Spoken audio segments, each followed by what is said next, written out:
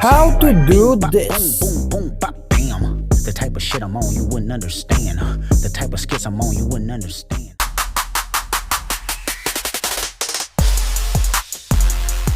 First thing to do is mag-record tayo ng at least 3 clips na naglalakad with different outfits. Then after that, open na natin yung CapCut, hit new project, import mo lang yung video.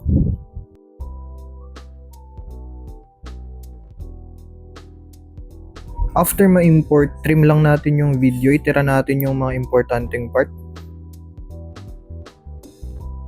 Kailangan natin i-trim yung lahat ng video dun mismo sa point kung saan bago tayo pumasok. And hanggang dun sa point kung saan tayo lumabas.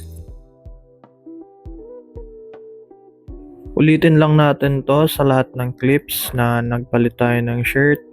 And then delete mo na lang din yung mga hindi na kailangan na part ng video.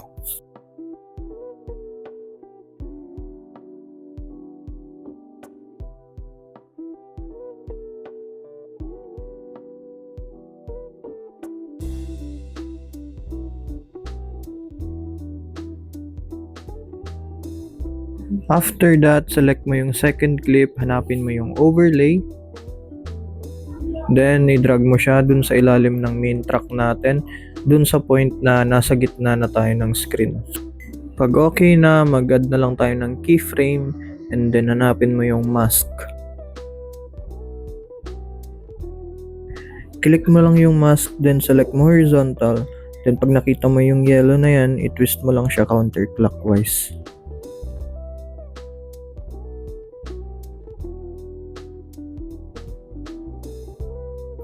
Move mo lang yung yellow na line papunta sa left.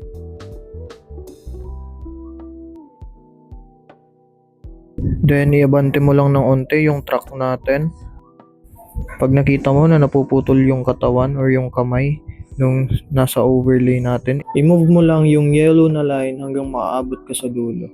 Kusa na lang yun na maglalagay ng keyframe.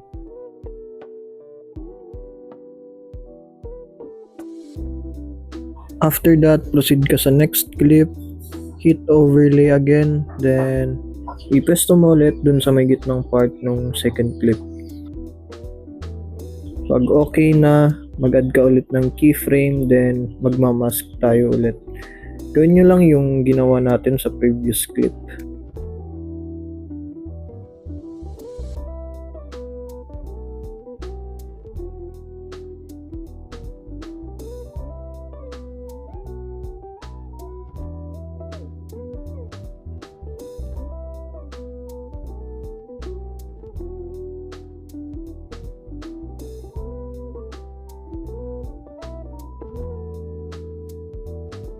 Dapat pala i-extend natin yung main track. Dapat mahaba siya para hindi maging ganito ang itsura. Yung parang naging black siya.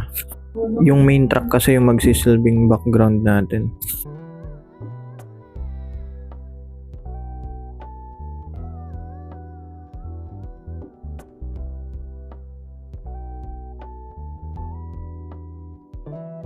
Pag okay na, pwede mo na i-export. I'm saying like bing, bop, boom, boom, boom, bop, bam. The type of shit I'm on, you wouldn't understand. The type of skits I'm on, you wouldn't understand.